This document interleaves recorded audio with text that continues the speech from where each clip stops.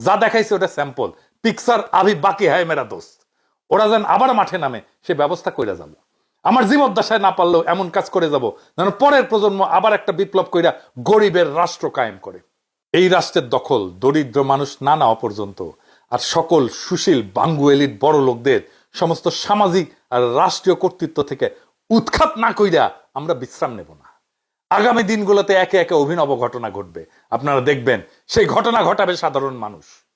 সেই জন্য আমাদের পিছে লাগে এই তাসনিম খলিলেরা।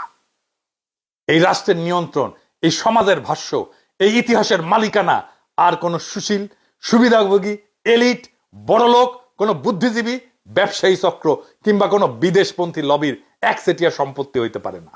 এই রাষ্ট্রের মালিক এই ভূখণ্ডের ভবিষ্যতের নির্মাতা। এখন সেই মানুষ যে জানে কিভাবে রিক্সা চালাইতে হয়, কিভাবে পাথর ভাঙতে হয়, কিভাবে কারখানার মেশিন চালাইতে হয়, কিন্তু যার সন্তানের ওষুধ কেনার জন্য টাকা থাকে না, যাকে রাষ্ট্র সবসময় ভুলে যায়, তাদেরকে ক্ষমতাবান করাটাই রাজনীতি আমার।